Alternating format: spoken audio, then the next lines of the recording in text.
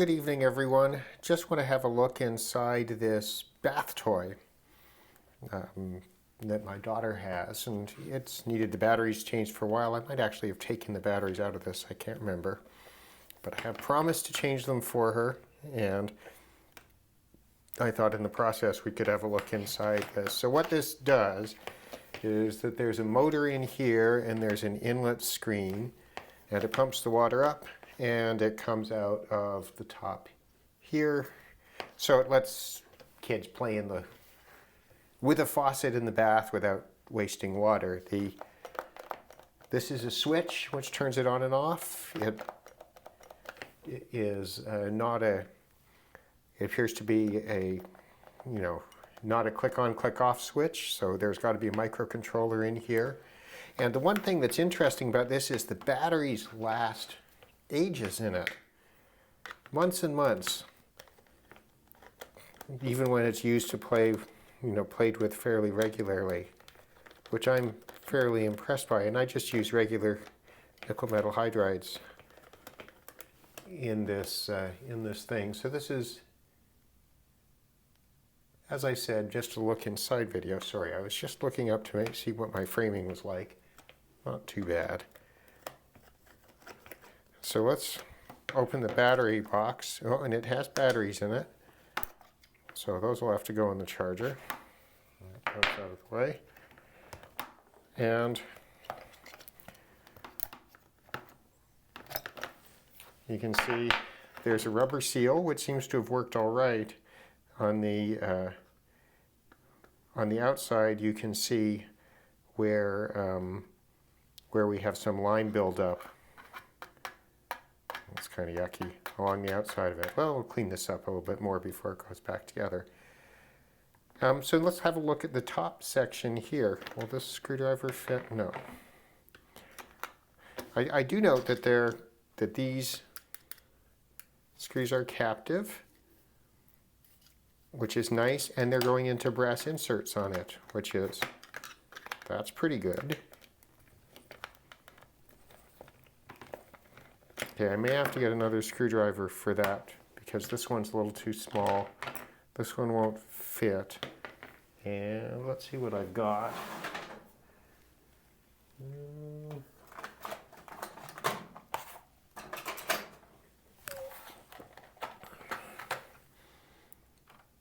Will this fit down in there? I'm thinking this won't work. Oh, yes it will. And see, this is a number 1, right? And I don't know what this is. Number 0. But this is a number 1 pitch, but, with a smaller shaft than the standard number 1. So that's a very common screw choice in lots of sort of plasticky things. So this is not an unusual scenario.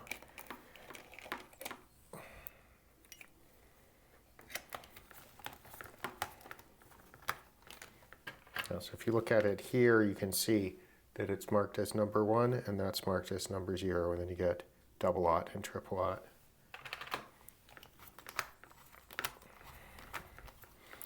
So that's why you tend to strip screws sometimes with your smallest regular screwdriver.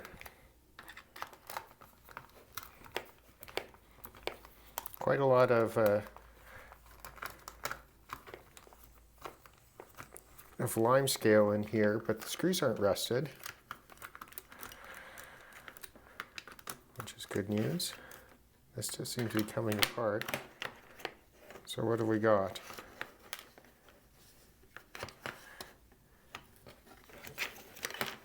We've got a module, and we have a wire going off. There's the silicone tube that carries the water up. Let's see if we can get inside this module. There's a bunch of grease around the edge of it, so I wonder if this all feels like clear grease of some sort. So let's see. Okay, what's under here? Certainly a fair amount of effort has been made to waterproof this. No, I'm wrong. That's an on-off switch. I think we're going to find no board inside here. We'll see. But I was wrong. It feels like might be just an on-off switch. In which case, this is going to be no electronics, entirely electrical. I kind of guessed it had a microcontroller in it, based on the switch. No, and that's it. We have, so we'll see, I'll zoom down a bit so we can see. We've got just a regular single pole, single throw, not a momentary switch, a regular one. We've got some very, very thin wires. And we have a capacitor here on one of the leads. Not sure quite why they put that on.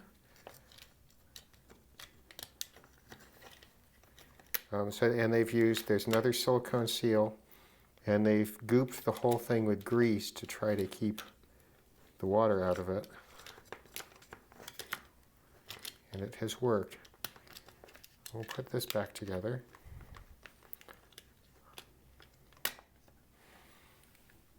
Right, so put these screws back in.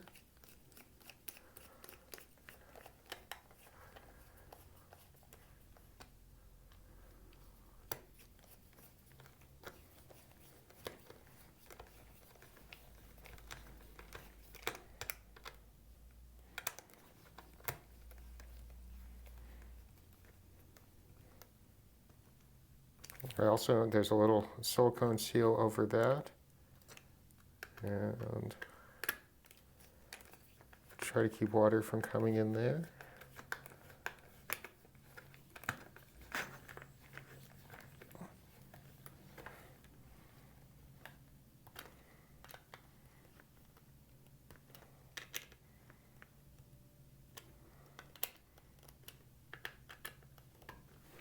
Okay. So that's on. So then we've now got a pretty good idea of what's in here. So I can put this back. This was, let's see. So that was in there. This has got to have gone around here. That goes there.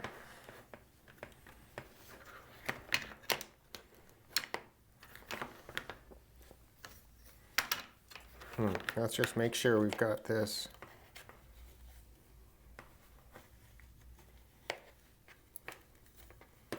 Set the right way around. We want, yeah, it should be set that way. Is that correct? I think so. That way.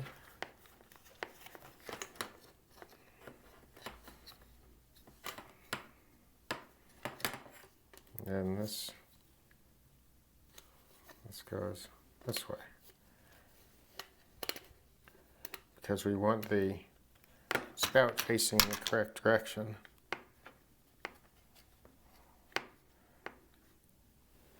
Well, that's all right.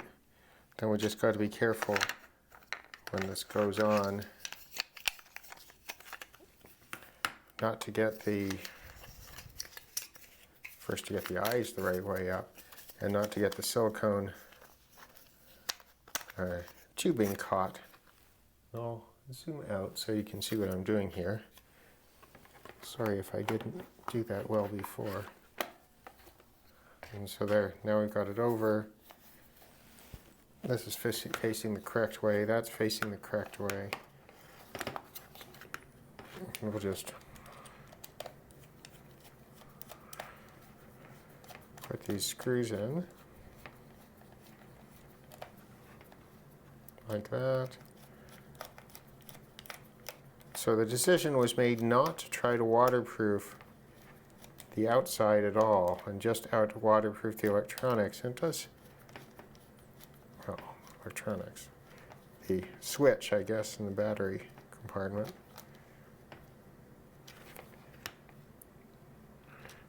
It seems to have been a good choice. It's still Still working along. I think she got this for her second birthday, so it's been going for a few years.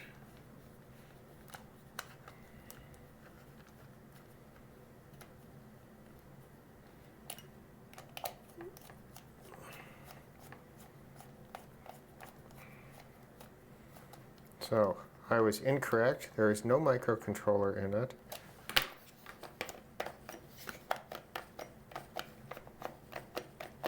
This is instead just operating a clicky switch.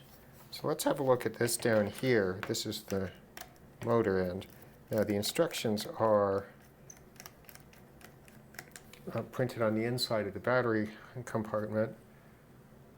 Are to remove the screw and then to rotate to the right. So let's see what that does for us. I don't think I have this out quite all the way. There we go. All right.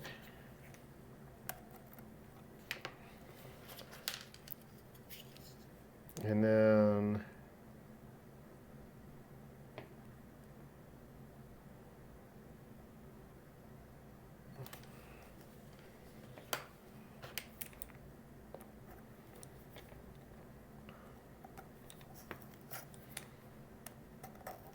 no, I see. The idea is that you would then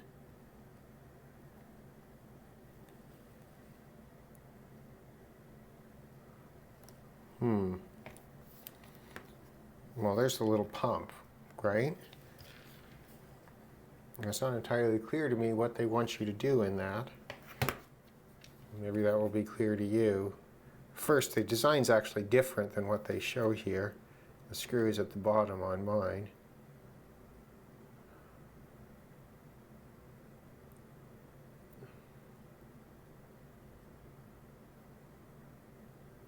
So it's not clear. You're supposed to run a screwdriver around in here, presumably to clean out any gunk that might be in there. That's not interesting to us. Let's have a look at what's in here.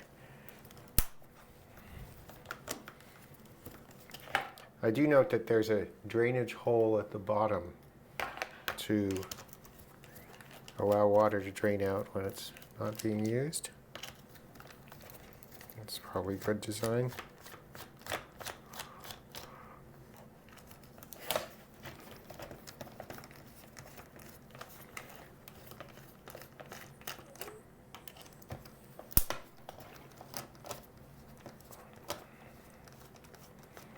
I will say I'm fairly impressed that none of the hardware has rusted.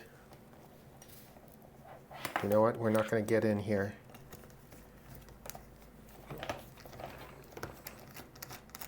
Because this is glued. Well, first that screw won't come. Oh, no, maybe not. All right, well, we're going to have to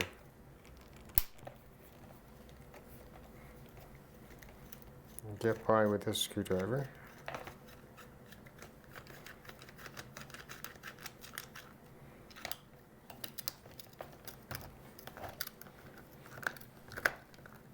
I think this will reach now.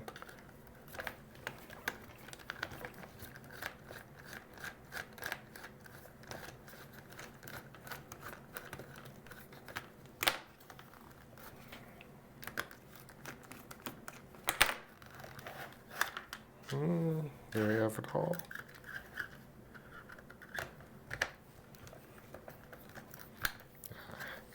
Yeah, that screwdriver wasn't reaching the bottom here.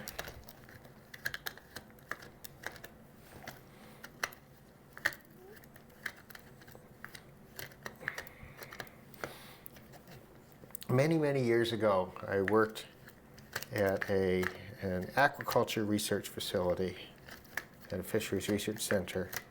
And we used a lot of submersible pumps in salt water.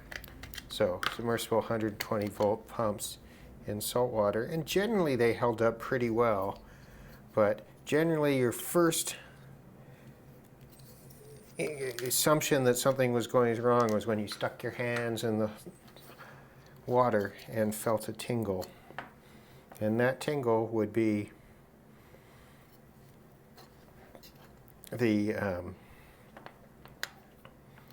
would be the pump.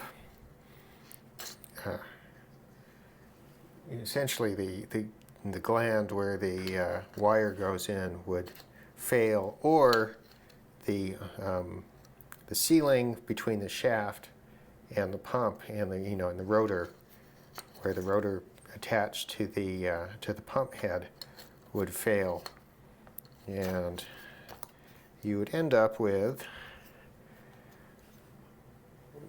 current leakage, which in salt water you would feel instantly. In fresh water, those things lasted a very long time, but in salt water, not so much, even though they were rated for it.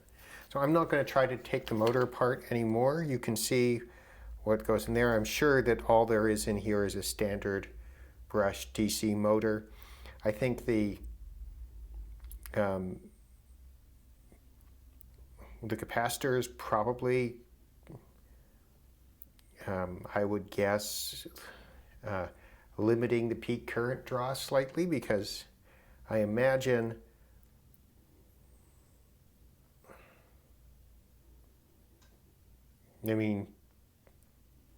yeah, it probably limits every time I'm just thinking about how it would work, right? It's a DC motor, but from the capacitor's point of view, there's going to be a current pull every time the commutator crosses over. So it'll be AC, it'll go through the capacitor, and then it'll be DC as the motor turns. So the capacitor is going to limit how long the motor is going to pull current through for each time it goes, it crosses the commutator.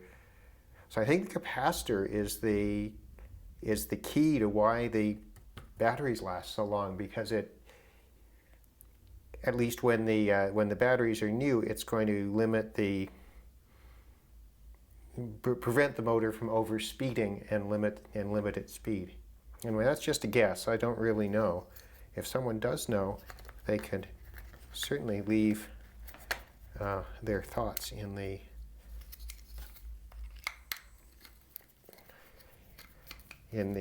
comments below. Anyway, I'm just going to put this back together. It doesn't really require any cleanup, and I'll charge up those batteries or put another set in. But that's kind of interesting. It's a fairly simple toy. It works remarkably well considering how little there is to it.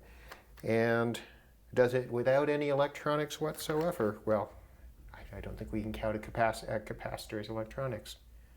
Anyway, hope that's been amusing. Have a good evening.